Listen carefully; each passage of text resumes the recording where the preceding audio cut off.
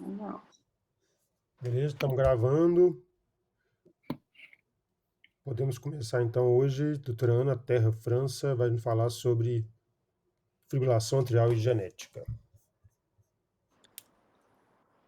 Boa noite, gente. Vamos lá. Um tema que há mais tempo eu já queria até estudar, aprofundar, e o que me fez, né, principalmente, querer apresentar essa aula foi esse caso clínico aqui, um paciente que consultou comigo no consultório. Esse é um paciente do sexo masculino, 30 anos, agora, em 2024, então lá em 2022, ele tinha 28 anos, quando ele apresentou com FA, e foi até num contexto pós-Covid. Ele estava sendo preparado para cardioversão elétrica, estava usando, chegou a usar, na verdade, o metoprolol, propafenona, não sei se a propafenona foi antes desse preparo, agora eu não lembro direito, mas enfim, ele estava sendo preparado para cardioversão elétrica e ele fez uma reversão espontânea. E aí ficou usando, estava acompanhando com outro arritmologista, tá? Bem conceituado da cidade, e estava usando metoprolol e propafenona, vinha em desmame progressivo, redução progressiva dessa propafenona, quando consultou comigo há mais ou menos uns 2 meses atrás. E o que chama atenção, assim, principalmente da história dele, a mãe dele é minha paciente. E a mãe dele teve FA aos 48 anos. Hoje em dia ela deve ter próximo de 60 anos. Mas ela teve um episódio aos 48 anos, foi um episódio que foi autolimitado, ela acompanha comigo, ela nunca fez nenhum procedimento, já está sem antiarrítico há muito tempo, e não vem recorrendo a FA, pelo menos não nos exames que a gente faz de monitorização. Ela era muito sintomática também, então também não vem tendo sintoma, então acredito que não vem recorrendo, não. Mas ela teve FA aos 48 anos. A irmã da mãe, a tia materna, também teve FA, não sei a idade ao certo, e o avô materno também já fez FA, também não sei a idade ao certo. E esse paciente já chegou com esses exames para mim. Um eco lá de 2022, quando manifestou, né, arritmia, com uma fração de ejeção preservada, diâmetros preservados, nada demais nesse eco. Uma FA, um ECG que mostrava FA e também repolarização precoce de V3 a V6. Exames laboratoriais, nada assim, né, chamando a atenção para o TSH que estava normal. E um segundo eletro também, um mês depois daquele primeiro, ou seja, ele ficou com uma FA persistente na época, também em FA. Na verdade, um mês depois foi um Holter. Eu não escrevi aqui, foi um Holter. Mas ele ficou com mais de um mês em FA persistente. E você vê que a frequência dele era controlada. Ele teve uma passagem só no pronto-socorro num dia de libação alcoólica, que piorou o controle de frequência de FA, chegou no pronto-socorro, mas sem nenhuma estabilidade, passou essa fase, melhorou, voltou, e ele fez essa reversão que acabou sendo espontânea, e não teve recorrência desde então. E aí, esse caso que foi o que me veio a pulga atrás da orelha, gente. Se isso deve ter um componente genético, não é possível. A mãe teve FA tão nova, ele com FA aos 28 anos de idade, não é possível que isso não tenha algo genético, tá? E aí que entrou essa minha proposta aí de apresentar essa aula. Bom, aí primeiro eu peguei diretriz. O que, que nós temos de diretriz de recomendação de teste genético em FA? Essa é uma diretriz de 2022 sobre os testes genéticos, né, nas doenças cardíacas, e acho que é a primeira vez que aparece uma recomendação de investigação de teste genético em FA, baseado em opinião de especialista. E o que eles colocaram como a recomendação de fazer o teste genético, colocando esses 4 genes, SN5A, KCNQ1, esse MYL4 e o gene da titina, tá? Naqueles pacientes que têm uma FA de início precoce, que é considerada uma FA iniciada antes dos 60 anos de vida, e que tem também uma história familiar, né, de FA, tá? As outras recomendações são de investigações familiares. Esse mesmo consenso, apesar de indicar lá na tabela, né, de recomendação só 4 genes, ele traz uma tabela de outros genes, inclusive relacionados na fibrilação atrial, já estudados na fibrilação atrial. Então, você vê outros genes aqui, o gene da lamina está aí, outros genes, né, dos canais de potássio, e, enfim. E aí, O que eu peguei para basear principalmente minha aula foi esse artigo, publicado esse ano no Jornal de Cardiologia, né, canadense, em que faz um apanhado geral do que nós temos de teste genético para FA, onde que a gente está nesse quesito, assim, atualmente, tá? Então, ele faz bem uma revisão de literatura, falando o que tem de estudado, recomendado, e fala também perspectivas futuras que eu vou trazer aqui para vocês. Então, a primeira coisa que ele introduz no assunto é falando que descrição de FA familiar, né, para a gente pensar em aspectos genéticos, assim, já foi descrita pela primeira vez na década de 30, há muito tempo. E isso no FA familiar com início precoce, com menos que é o início antes dos 60 anos de vida. Além disso, assim, né, além de descrições já muito antigas, existem estudos populacionais também que sugerem o aumento de risco de FA em familiares. Então, o estudo de Framingham, por exemplo, fala que um familiar de primeiro grau de alguém que tem FA tem uma chance maior, uma chance com significância estatística maior de desenvolver FA também, um odds ratio de 1,85. E quando o Framingham corta o início da FA, faz um corte, né, nos menores de 75 anos, esse odds ratio aumenta para 3 vezes. E esse risco, ele não é reduzido após de ajuste para outros fatores de risco. Ou seja, sugerindo para a gente que quanto mais precoce o início da FA, mais parece ter esse caráter familiar. Isso é uma outra coorte descrita que, com 914 pacientes, que fala que um terço desses pacientes tinham a FA isolada, né, sem outras cardiopatias, sendo que desses 36%, 15% desses, ou seja, 5% do total, tinha FA familiar, tá? Então, realmente é uma coisa que a gente vai se deparar com alguma frequência na nossa prática clínica. E o estudo começa falando que já alguns genes já foram identificados e ligados à FA, tá? Então, primeiro, ele vai falar das alterações genéticas raras, dos genes isolados, dos genes mais raros que já foram relacionados à FA. Então, genes identificados, eu nem vou entrar em detalhes no que é esse link de análises, mas ele é usado para famílias maiores. Então, famílias maiores com FA, já foi feito trabalhos que identificaram o gene KCNQ1, que a gente sabe que é um gene que codifica a proteína do canal de potássio, relacionado também com síndrome de QT longo, né, e síndrome de QT curto, e esse gene NPPA, que é um gene que codifica o peptídeo natriurético atrial, tá? Então, esses dois genes já foram associados à FA num padrão de dominância, de herança autossômica dominante, tá? Outros genes também já identificados por outras análises, então, genes identificados por análise de exoma, que é a região codificadora do genoma, né? Em pequenas famílias que não eram, as pequenas famílias não podiam ser feitas por linka de análise, então fizeram por avaliação completa do exoma, e foi identificada alteração nesse gene, MYL4. Esse é um gene que codifica uma proteína sarcomérica expressa no átrio. Então, parece um gene mais relacionado à expressão atrial, tá? Puramente. Outros genes identificados por estudos de caso controle, que são bons para identificar genes que têm baixa penetrância, identificou a alteração do gene da titina, que é esse TTN, principalmente na perda de função, como associado à FA. Ele descreve um estudo que aparentemente foi relativamente pequeno, de N, com N pequeno, porque acho que o estudo do caso controle tem que ter um N gigantesco para poder ser bom, mas tem outros registros que também sugerem a perda de função, variantes com perda de função da titina, também associadas à FA.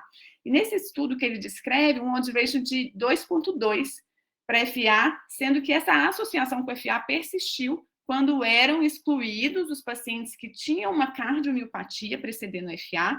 Só para poder fazer um parênteses aqui, o gene da titina, a titina é a maior proteína do corpo humano. As alterações, as variantes da titina estão muito relacionadas à cardiopatia dilatada. É o principal gene encontrado nas cardiomiopatias dilatadas idiopáticas familiares, tá? Então, eles isolaram os pacientes que já apresentavam uma cardiomiopatia pela titina e, mesmo assim, as variantes de perda de função estavam associadas a FA. E quando fazia um corte, né, para o início de FA antes dos 30 anos, então os pacientes bem jovens, esse odds ratio subia para 5,9. Então, sugerindo, né, uma associação mesmo da titina com FA. Bom, outros genes identificados usando uma abordagem gene candidado, eu não entendi muito bem como é feita essa abordagem, pelo que eu entendi, é pegar as populações que tinham mutações em certos genes e ver se tinha uma incidência maior de FA, tá? Mas, enfim, o risco dessa abordagem é o risco de falsos positivos. Eles exploraram duas classes de genes, os genes que codificam canais iônicos, que estão mais associados, né, a doenças hereditárias arrítmicas puramente, e pegaram outra classe de genes, que são os genes relacionados a cardiomiopatias. E encontraram associação com FA nos genes de canais iônicos, o SN5A, que está aí, como a Bela apresentou na outra aula dela, né, com outras manifestações possíveis, mas uma delas pode ser FA, no gene que codifica o canal de sódio no átrio, esse KCNA5, e esse GJA5, ele está relacionado com as gap junctions, canais iônicos entre as células, tá? Então, alterações nesses outros dois genes de canais iônicos que são expressos mais no átrio também foram associados com FA. E dos genes relacionados a cardiomiopatias, encontraram associação com FA no gene da lamina e na placoferrina 2, que é o PKP2, né, que está associado à displasia ritmogênica de VD, tá? E eu deixei em vermelho aí os 4 genes que estão lá naquela diretriz que eu coloquei no início, tá? Então, esse artigo cita outros genes além do que está naquela diretriz, naquele quadrinho de recomendação. Bom, então aqui tem só um apanhado geral desses genes raros, né, que estão, e as doenças com que eles estão associados, e genes que também já foram associados à ocorrência de FA. Então, a gente sabe, né, no gene lá do KCNQ1, os genes que podem dar síndrome, por exemplo, do QT curto, a gente sabe que o QT curto está associado a FA, cardiopatia ritmogênica pode estar associada a FA, dilatada, brugada também, parece ter maior incidência de FA, enfim. Então, são genes que têm outras cardiopatias hereditárias também no espectro de manifestação, de espécie de fenótipos, né? E um outro tema que o artigo entra são as variantes genéticas comuns, tá? Então, o que a gente tem de FA e variante genética comum? A variante genética comum, que é o polimorfismo de único nucleotídeo. A sigla em inglês é SSNP, que eu vou usar em outros slides. Então, é quando você altera um único nucleotídeo, aquilo ali não faz tanta diferença ali na proteína codificada, mas alguns polimorfismos já foram associados a FA. Isoladamente, esses SNPs, eles têm pouco efeito de prever FA, estar associado a FA. Eles têm valor quando são agrupados, ou seja, quando você usa vários SNPs e, com isso, cria um score de risco poligênico. Isso já foi criado para doença cardiovascular também, né? E existe isso também para FA. Então, quando se tem, por exemplo, mais de 100 SCNPs, isso pode ter associação com FA. Então, isso é um efeito cumulativo. O SNP tem um efeito cumulativo. Isolado não tem muito efeito, mas tem efeito cumulativo. Esse banco de dados aí fugiu a tradução, do Reino Unido, que mostrou ali um score de risco com mais de 6 milhões de CNPs, conseguiu predizer FA como um gene raro, por exemplo.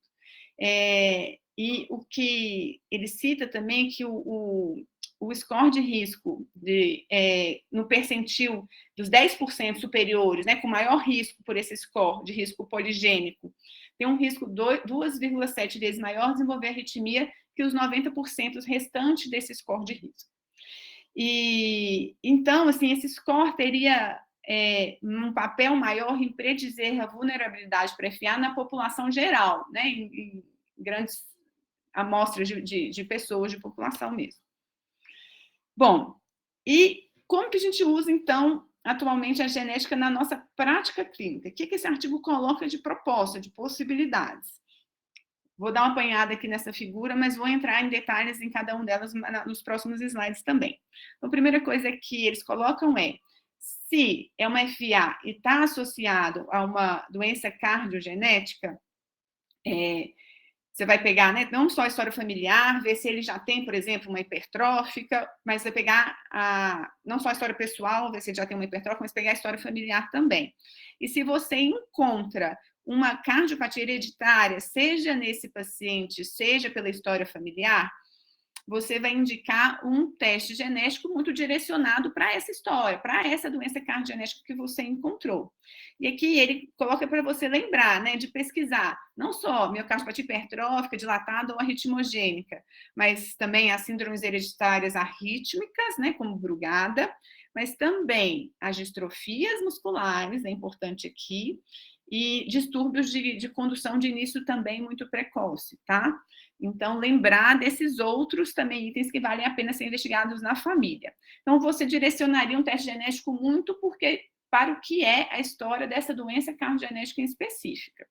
Se você tem uma FA de início precoce isolada, sem uma história familiar de cardiopatia genética, ou sem o paciente ter a cardiopatia genética em si, e se você tem né, e se você tem outros familiares com início precoce também, que encontram, que seria, por exemplo, o caso do meu paciente, você pode pensar em fazer um teste genético, mas aqui com uma recomendação mais fraca, porque ele coloca esses desafios e limitações. Primeiro, um rendimento incerto desse teste genético, assim, né, de qual porcentagem de pacientes você vai realmente encontrar alteração. E quais as implicações clínicas? Será que isso vai mudar a conduta nesses pacientes com FA isolada? Eu vou mudar a forma de tratar esse paciente, de controle de ritmo de anticoagulação, essas coisas? Vai mudar? Vai ter impacto clínico para esse paciente? Também é desconhecido esse impacto clínico. Coloca um acesso limitado a pessoas com expertise cardiogenética e o custo-efetividade também desconhecido, tá?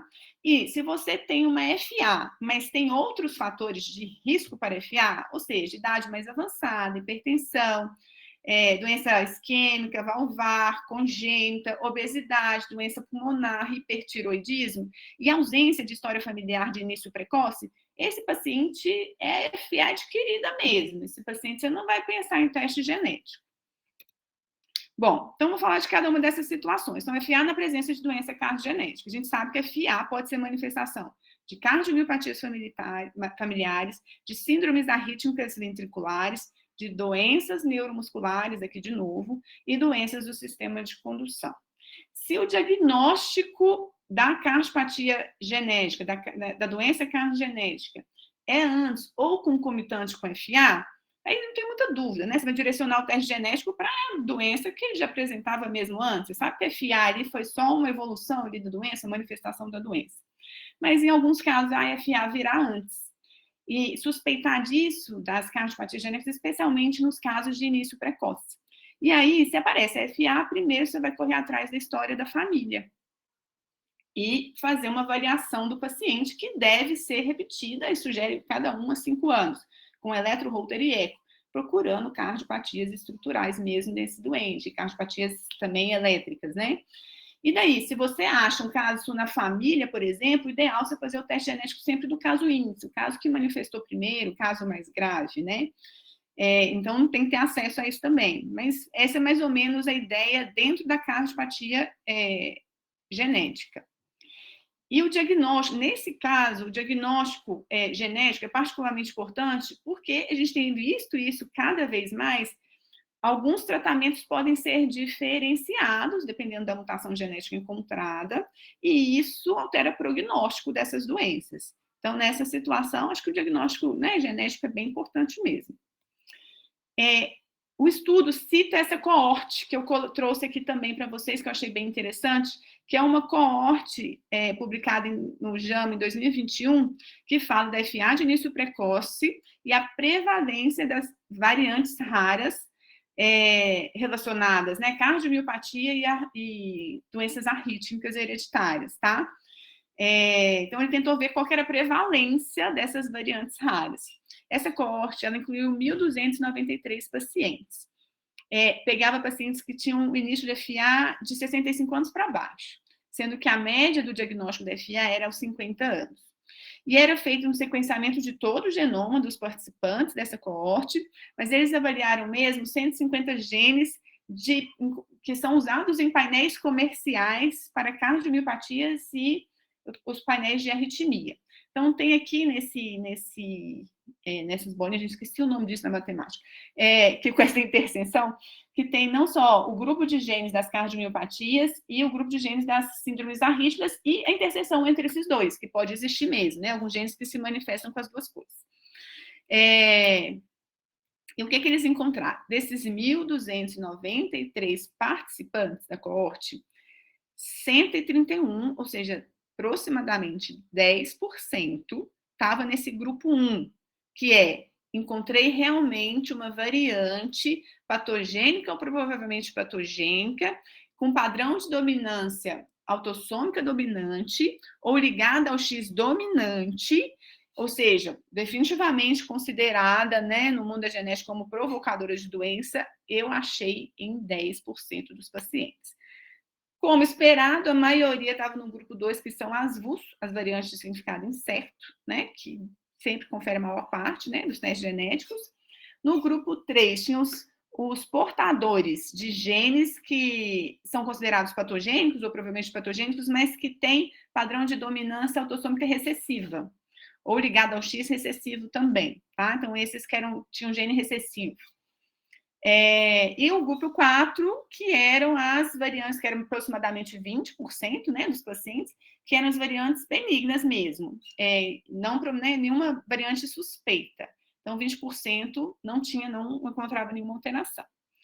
E interessante desses gráficos aqui de baixo que ele trouxe é que a prevalência dessas variantes raras, ela como pensado, esperado, né, maior nas idades menores. Então, nos menos de 30 anos, aqui tinha aproximadamente 16% dos pacientes nesse grupo 1, das variantes patogênicas, enquanto lá nos 60 a 65% tinha aproximadamente 7%.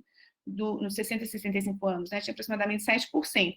E esse segundo gráfico, ele coloca essa prevalência como uma variante contínua, só mostrando mesmo que a prevalência nas idades mais precoces, ali nos 18 anos, chega próximo de 20%, e nas idades mais tardias, realmente vai ser uma prevalência menor, tá?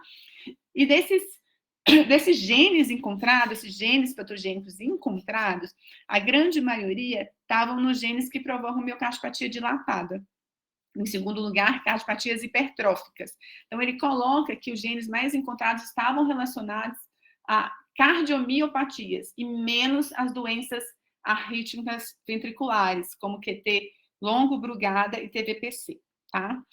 E outro dado aqui importante, que eu coloquei por escrito, as análises, né, multivariada, inclusive, com ajuste para sexo, raça e etnia, foram similares às análises multivariadas, que mostravam que um odds ratio de 1,6 para cada década a mais nova, não sei como é que explica isso, mais nova do diagnóstico, entendeu? Então, assim, quanto mais novo, maior aumenta a chance de achar mesmo uma variante patogênica. E dos genes que foram encontrados, está lá a titina, o TTN, como o gene mais comumente. Depois, o MYH7, que é da miocardiopatia hipertrófica, é um dos principais genes sarcoméricos, né, da miocardiopatia hipertrófica, em segundo lugar. Tá? Então, os genes mais comuns encontrados aqui. E outro dado que eu pus aqui embaixo também, dos 131 indivíduos, 10% dos indivíduos do grupo 1 que tinham a variante, né, causadora de doença, eles tinham um aumento do risco de morte num período de 10 anos aí de acompanhamento. Bom, e quanto à FA de início precoce isolada, aquela segunda situação que colocou na figura, né? Então, o rendimento do teste genético ele é baixo, e o que um artigo questiona, debate, se provavelmente é por conta do caráter poligênico da FA. Então, não tem um papel tão bem estabelecido. Existem, né, se você testar genes sem muita evidência de provocar doença, isso pode gerar, às vezes, alguns transtornos para familiares, né? benefício do teste genético também, que não se sabe, assim, não só quanto a rendimento, quanto a, né, a porcentagem que vai ser positivo, mas quanto principalmente a impacto clínico, se isso muda a conduta diante do paciente. E nos genes, né, que se encontram, se você encontrar genes de cardiopatias, isso sim poderia mudar a conduta clínica diante do paciente. E os genes apenas atriais, igual aqueles que eu citei, que codificam proteínas que são expressas principalmente no átrio, e não em doenças ventriculares, qual que é o impacto disso, né?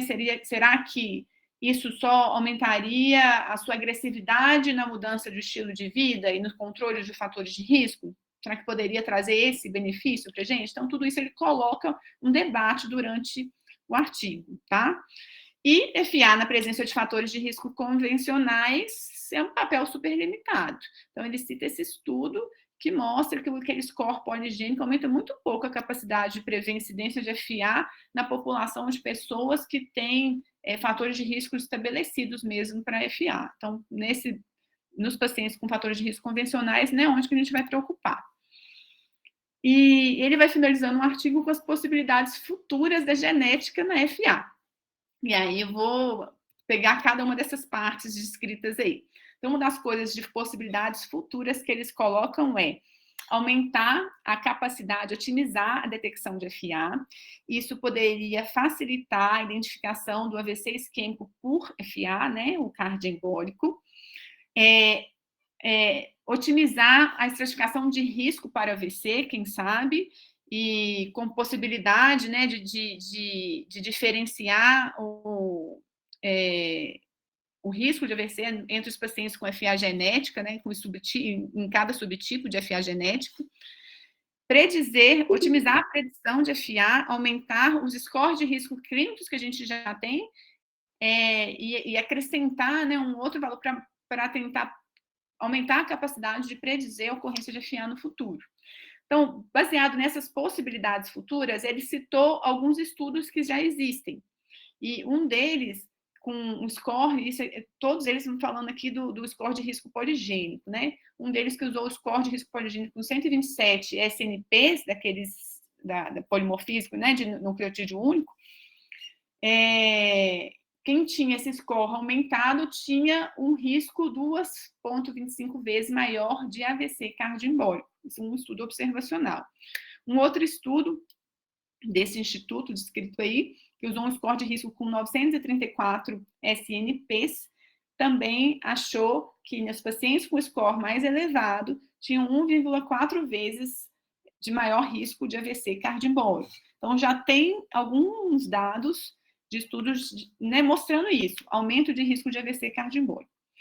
O score de risco isolado, provavelmente, ele não vai ter um poder suficiente para alterar manejo do paciente, mas é uma potencial ferramenta a ser acrescentada a outras, por exemplo, como inteligência artificial, para detectar FA em pacientes com AVC. E serviria também para potencializar o controle, né, de fatores de risco. Você identificaria aquele paciente com maior risco de FA e, com isso, melhoraria o controle de PA dele, controle de pressor, controle de diabetes, etc., de obesidade, apneia do sono, entre outras coisas. Outras possibilidades futuras que o artigo coloca, o que ele chama de farmacogenômica, e ablatogenômica, um termo novo aí para os eletrofisiologistas. Mas, enfim, a farmacogenômica seria baseado no perfil genético do paciente, predizer resposta antiarrítmica. Não só resposta de eficácia, mas também de segurança, como predizer um risco de prolongamento de QT, um risco de toxicidade por bloqueadores de canais de sódio, tá? E a ablatogenômica seria um genótipo para criar estratégias de ablação. Mas o maior estudo já feito não encontrou associação do resultado de ablação e o SNP, né, esses scores de risco poligênico, tá? Outra coisa variantes raras que levam a fibrose atrial, a muita fibrose atrial, teriam pior resultado de ablação. Um dos exemplos que ele cita é o gene da lamina, que parece ter piores resultados de ablação, mas que faltam também estudos prospectivos. E Uma outra implicação mais farmacológica é a anticoagulação. Então, por exemplo, isso a gente tem já descrito que as mutações relacionadas à lamina, quem faz FA e tem laminopatia, parece ter um risco cardioembólico maior. Então, é sugerido que não se use o chá de Vasco para esse paciente. Então, você mudar a anticoagulação daquele paciente, dependendo do chá de Vasco dele. Então, por exemplo, o exemplo que colocou aí foi nas laminopatias. Bom, e outras coisas que, para mim, isso para mim parece filme de ficção científica, que é terapias gênicas, mas é algo que real, enfim. Só se descreve modelos animais atualmente. O que é a terapia gênica? É usar um vetor, que normalmente é um vírus, no caso aqui o adenovírus, para poder levar lá um gene que vai modificar a genética do paciente, né? Então, só existem modelos de animais, esses modelos animais existentes só com terapias gênicas que modulam correntes iônicas cardíacas, tá? Então, por exemplo, nesse estudo que eu descrevi aqui, que foi feito em porcos, foi feita uma esternotomia em porcos e foi pincelado lá um adenovírus, colocado lá no miocárdio atrial, esse adenovírus carregando o gene KCNH2, que codifica o canal de potássio, né, com perda de função, e isso mostrou, por exemplo, uma redução de vulnerabilidade para FA, tá?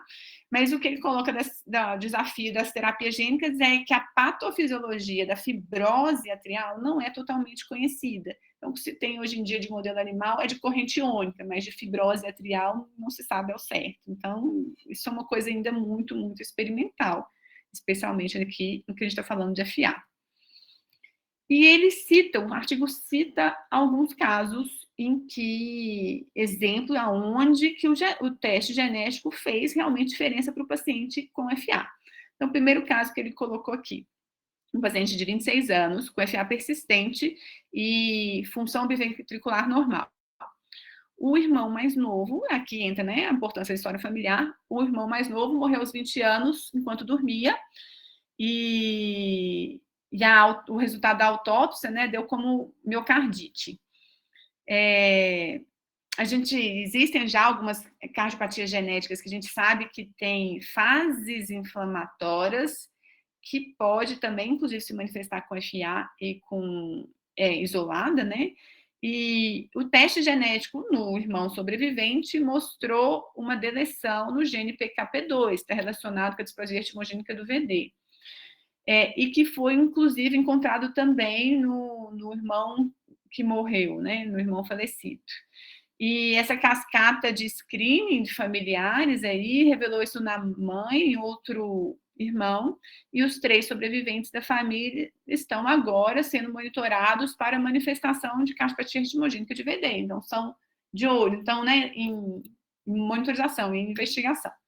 Outro caso descrito, paciente, uma mulher de 52 anos, com função... Ana, desculpa, só assim, ninguém pôs CDI, assim, primário não, né, nesses casos aí, não, ficou só follow-up. Não escreveu, esse aqui não, mas assim, vai ficar sob monitorização, né?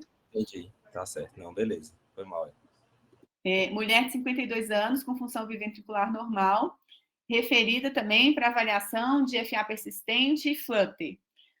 Na história, de novo, história familiar, o pai tinha morrido subitamente.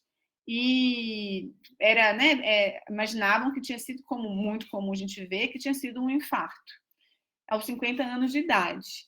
Mas ele tinha recebido um marca-passo aos 41 anos de idade. E depois que essa paciente fez uma cardioversão elétrica, o eletro dessa paciente estava em bradicardia sinusal e um BAV de primeiro grau, ela foi para o teste genético que viu uma alteração no gene da lamina, a variante patogênica aí na lamina. Reconhecer, né, o que ele coloca aqui, reconhecer FA como a manifestação da cardiopatia relacionada à lamina, não só, né, fez mudar a estratificação ali do risco de morte súbita para essa paciente, fez mudar a decisão de anticoagulação para prevenção de AVC, e depois de uma recorrência de FA, a decisão de fazer só a estratégia de controle de frequência foi assumida, porque ela não tinha sintomas, e porque tem alguns estudos que mostram que o controle de ritmo não é tão benéfico nos pacientes com laminopatia, tá? Então, fez mudar conduta diante da FA, tá? E um outro caso aqui, um terceiro caso que eles colocam, é um homem de 59 anos, também com função de VE normal, FA paroxística, foi referido para ablação de catéter, depois de ter episódios, recorrência de FA em uso de flecainida, e depois, né, na monitorização pós-ablação, que a flecainida tinha sido suspensa, fez um Holter, que não mostrou FA, mas que mostrou uma TV de 30 segundos. E aí foi para teste genético que mostrou alteração no MYBPC3, que é também um gene sarcomérico muito relacionado com cardiomiopatia hipertrófica. Junto com o outro, são os dois mais comuns, o outro que eu tinha falado. E junto com esse são os dois mais comuns. E revendo os ecocardiogramas dele, foi visto uma espessura de 13 milímetros, né, no septo basal, e que antes estava sendo considerada como não específico, e a ressonância mostrou áreas de realce tardio nessa região, e com isso, né, diante dessa taquicardia, foi definido por um implante de CDI, né? Então, saber dessa mutação genética também mudou a conduta nesse caso. E pegando o gancho aqui da miocardiopatia hipertrófica, só para finalizar, eu trouxe esse artigo que faz a gente pensar, principalmente na cardiomiopatia hipertrófica, como a doença genética, né, que é assim, mais comum na nossa prática, tem uma incidência considerada de 1 para 500, e a gente vê com muita frequência mesmo. Isso é um artigo que fala descreve essa miopatia atrial nos pacientes com cardiomiopatia hipertrófica. Não vou aprofundar no artigo, mas eu quero pincelar algumas coisas que ele traz para a gente pensar, né, no paciente, diante do paciente só com FA. Então, primeiro, ele fala dos fatores de risco convencionais, fala dos fatores de risco específicos da cardiomiopatia hipertrófica. Um deles são algumas variantes específicas, como o MYH7, que é a mais comuns, e ela está associada a uma incidência alta de FA, mas outros fatores de risco da hipertrófica é essa miopatia do átrio esquerdo. E essa miopatia vai além de aumento atrial, ele fala da função atrial mesmo. Outras alterações, né, da cardiomiopatia hipertrófica, que é a obstrução de via de saída e o movimento SAM, o movimento anterior na válvula mitral, regurgitação mitral, né, que levaria a uma sobrecarga, alterações hemodinâmicas que sobrecarregariam o átrio, facilitando a FA. Mas o que eu quero focar é nessa história de miopatia atrial. O que esse artigo coloca é que essa miopatia atrial ela pode existir nas fases pré-clínicas da hipertrófica. É óbvio que nas fases de final, assim, da evolução da hipertrófica, essa miopatia atrial vai ser muito mais grave, igual está colocando aí, de dilatação, de outras avaliações de átrio. Mas pode existir alterações na fase pré-clínica que, sim, podem facilitar a ocorrência de FA independente do ventrículo como está, né, na doença, na fase da doença do ventrículo, assim. Então, a hipertrófica pré-clínica, a ressonância cardíaca pode detectar a disfunção do átrio esquerdo, apesar de aumento, né, de volume de átrio esquerdo e de espessuras de parede de ventrículo, ou seja, essa disfunção parece existir uma alteração como se fosse uma alteração primária, né, do átrio esquerdo lá. Então, assim, não só tem doença do miocárdio do ventrículo, mas tem doença do miocárdio do átrio também, que gera mecanismos arritmogênicos e que são independentes dessa hipertrofia, dessa hemodinâmica do VE. Um estudo observacional, né, que eles colocam que nesse artigo mostra que 47% dos pacientes com a mutação missense, essa aqui é descrita no gene MYH7, desenvolveram FA em 7 anos. E essa incidência é maior que qualquer coorte de hipertrófica. Então, né, fazendo a gente pensar que a alteração genética também tem um envolvimento. E um outro também estudo que citado é que uma variante missense nesse outro gene que codifica a unidade actina, uma unidade também do sarcômero da proteína sarcomérica, foi associada à hipertrófica média apical e FA juvenil, com início da arritmia e aumento atrial precedendo a disfunção diastólica do VE, indicando que o processo arritmogênico nem sempre depende das alterações hemodinâmicas do VE. Então, ele cita alguns estudos observacionais que fazem pensar nisso, que existe uma doença, na verdade, do átrio ali também. Só para a gente pensar quando a gente pega uma FA isolada, que a gente pode, né, FA isolada em paciente de início precoce, que pode ser, às vezes, a manifestação inicial de algumas doenças e está aí hipertrófica para nos exemplificar isso. Enfim, para finalizar a aula aqui, eu acho que o que ficou de recado assim, na minha cabeça de estudar isso é FA isolada, paciente jovem, vamos esgotar assim, todo o rastreio de famílias, de rastreio pessoal mesmo do indivíduo, para poder pensar em cardiopatias hereditárias. E se ficar como FA isolada, e aí sim, né, se a gente identificar algum sinal de família ou no indivíduo de cardiopatia hereditária, teste genético direcionado para isso. Se ficar como FA totalmente isolada, daí o teste genético a gente fica na dúvida, seguir esse paciente para ver se não vai manifestar nada ao longo da vida. Né? E nos fatores de risco clássicos, a gente não vai pensar em teste genético. Então, isso aqui, essa figura para mim, que foi o que ficou na minha cabeça depois de estudar isso daí, esse tema.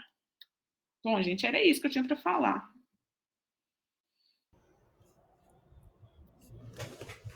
Muito bem, Ana. Parabéns. Deixa eu parar de compartilhar aqui. Poder ver vocês. Parabéns, Aninha. Muito bom. Ana, falhou muito para mim aqui, eu tive até que sair e entrar de novo. Tema muito importante, né? Eu tenho dúvida. Eu fico achando que tem coisa para avançar. Acho que tem muita coisa para avançar. Essa é a impressão que eu tenho, né? Porque, ainda mais na hora que põe, sabe o que me intrigou também? Coloca assim, FA de início precoce, 60 anos. Nem parece tão precoce assim. Quantos pacientes de 60 anos que a gente não vê com FA? Né, assim... Enfim, mas continua, eu te interrompi.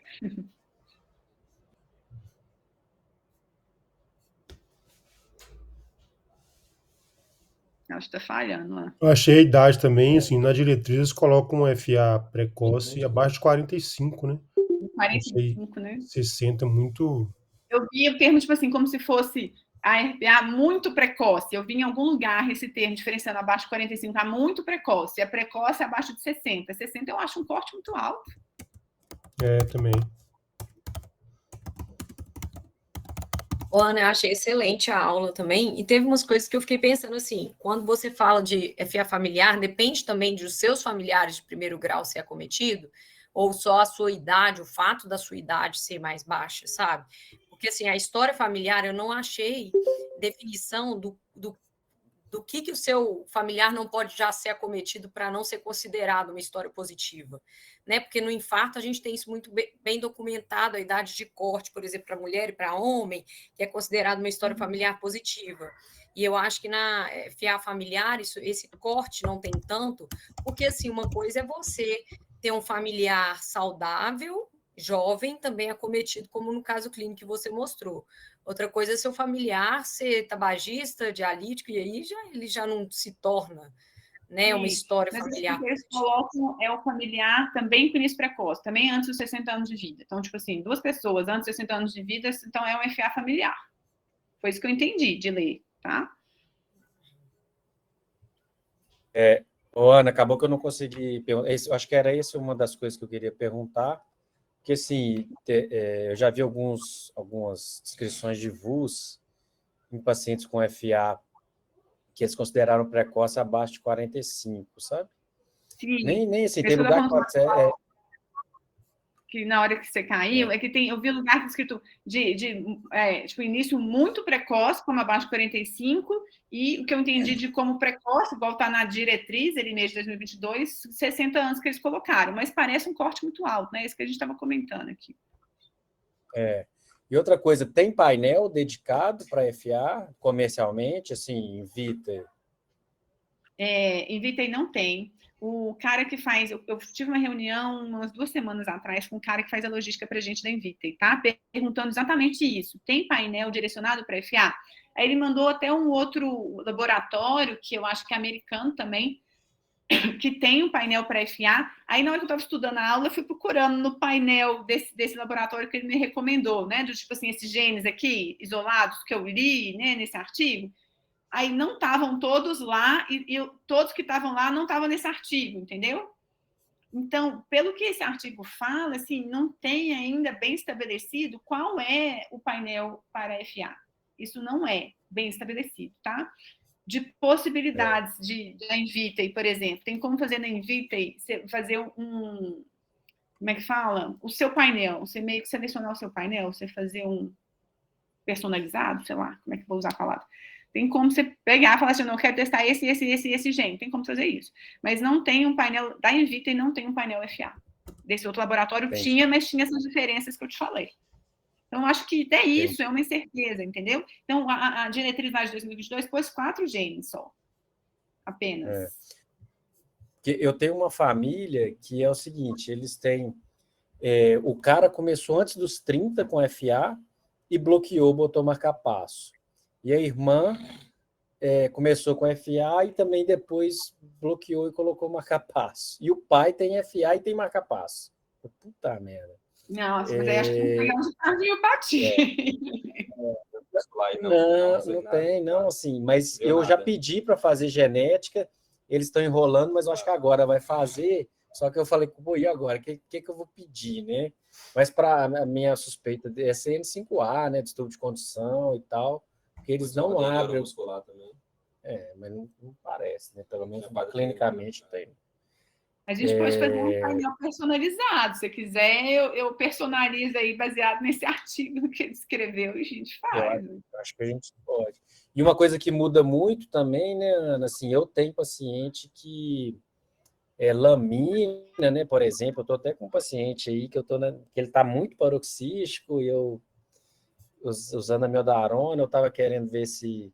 Mas os resultados em FA persistente com lamina são péssimos, né? E tem umas coisas, eu tenho um paciente que eu nunca vi uma coisa dessa, assim, ele tinha tem um FA, e ele fez uma ablação, ele recorreu. Quando eu entrei pela segunda vez, eu nunca vi, eu falei, meu Deus, 1 ano virou essa catástrofe desse átrio, sabe? Assim, o átrio dele parecia que tinha passado um trator em cima do átrio do cara.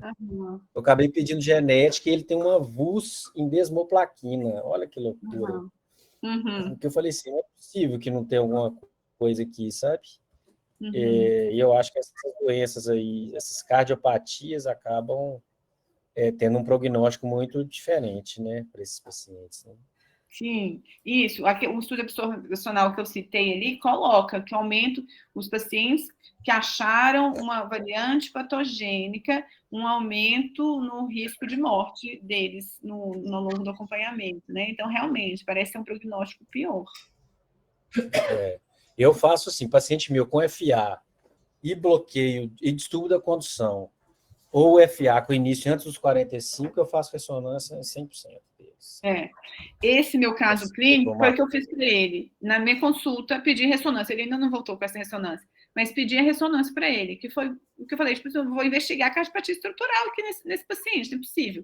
Pedi ressonância, estou aguardando. E se não tiver, aí é monitorização para ver se não vai aparecer, né? De tempos em tempos. Uma coisa que eu fiquei um pouco, até tentei ler, achar aqui, é porque quando eu estava rodando com o Falqueto, a gente via muito ressonância descrito FA familiar, e a gente ficava discutindo se tinha que fazer investigação de isquemia, né? E eu vi até um trabalho italiano aí de 2020 falando que a isquemia não está tão correlacionado assim aos desfechos, aumenta o desfecho cardiovascular, mas que você ainda não consegue uma indicação forte para a investigação de isquemia e mais de cardiopatias estruturais ligadas às outras doenças, né? Então, me chamou a atenção também, porque a gente ainda vê muito essa indicação em pacientes jovens procurando isquemia no contexto de FA precoce. Ter FA, né? É uma coisa que normalmente eu não faço, não. E a Bela agora está indo, viu, Marcão? Ano que vem lá para Amsterdã, um povo que mexe com isso, né, Bela? Pois é, eu até tentei achar o que eles já publicaram sobre isso, mas eles têm muito mais publicações ligadas a essas FAs de início precoce, aos genes raros mesmo, Ana, a essas canalopatias, sabe? Esses polimorfismos, eles não publicaram muito, não. Eles têm mais nesse contexto do paciente jovem com FA precoce, que já tem alguma cardiopatia que se manifesta de alguma forma. Você tem alguma conduta, Marcão? Esses pacientes jovens com FA, que você não acha mais nada? A gente tem visto... É uma coisa que mudou para mim, eu não sei, nesse tempo aqui, quando a gente viu um paciente muito jovem com FA, você ia para o estudo já certo que achar uma via acessória oculta, uma coisa assim, né? Hoje em dia a gente não acha mais, às vezes o paciente tem um monte de gatilho em veia, é uma coisa que vem sendo descrita, né, cada vez mais precoce FA, mas eu vi essa mudança aí, não sei se o Marcos... Que, né, Acho que o Marcos na dupla via nodal. Impressionante. E eu achei que é um paciente que às vezes faz foco em várias veias, e é um paciente que recorre também, viu? Eu não jovens que recorreram mais que o habitual, sabe?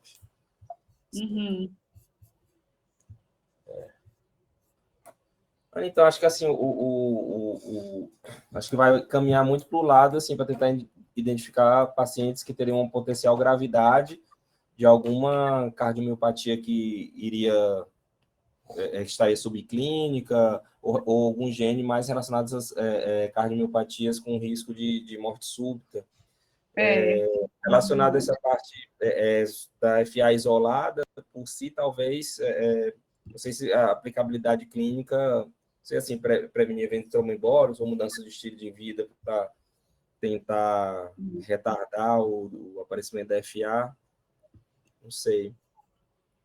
Não é estabelecido. E mesmo nos com cardiopatia genética, você viu lá, 10% do estudo lá que a gente conseguiu achar realmente uma variante. Alguma coisa, né? Então, assim, não é tanto, mas se triar melhor, né? Então... Ana, mas você modificaria alguma indicação, assim, desses com padrão mais poligênico, que é o que você falou da FA isolada, assim, de hábito de vida, de não poder beber nada? Sim, lógico que a gente já tem recomendações médicas, mas seria mais, como fala assim, mais rigorosa com essa... Porque eu fiquei achando um padrão muito diferente da FA familiar, pelo que você trouxe dos estudos, e da FA isolada, né, no paciente jovem. Então, assim, eu fiquei vendo que o trigger desses pacientes, até vi um estudo sobre aquele Holiday Heart, assim, que normalmente eles estão ligados mais a esses marcadores polimórficos e eles não podem ir com esses triggers, né? Então, você seria mais rigorosa, assim, com esses pacientes no controle de hábito de vida? Uma vez você detectou FA, né, assim, independente, acho que hoje em dia do score, você vai ter que ser mais rigoroso. Não sei, assim, acho que isso não está estabelecido, se você muda ou não, é só uma hipótese, né? Será que vale a pena mudar? Vai ter impacto, né, no paciente, no desfecho clínico do paciente? Então, não sei, acho que mais nesse FA isolada, nesse score poligênico, acho que ficou mais dúvidas, assim, né, do que certezas. Paciente jovem, Marcão? O paciente jovem normalmente só fazia ressonância mesmo. Nada específico, não. Em relação ao álcool, assim, é sempre muito difícil você cortar o álcool, né? A gente sabe que realmente, para arritmia, não é aquela curva em J como é para doença cardiovascular, né? Somente FA. Doença cardiovascular, realmente, baixa quantidade de álcool pode ser benéfica, mas para arritmia, até baixa quantidade aumenta a recorrência. É muito difícil isso na prática, né? Se tirar o uso zero de álcool para o paciente. A gente normalmente recomenda, mas é complicado. A gente recomenda basicamente a redução mesmo da quantidade. Muito paciente procura fazer ablação para poder beber. Já tive paciente assim. Exatamente, que é muito difícil.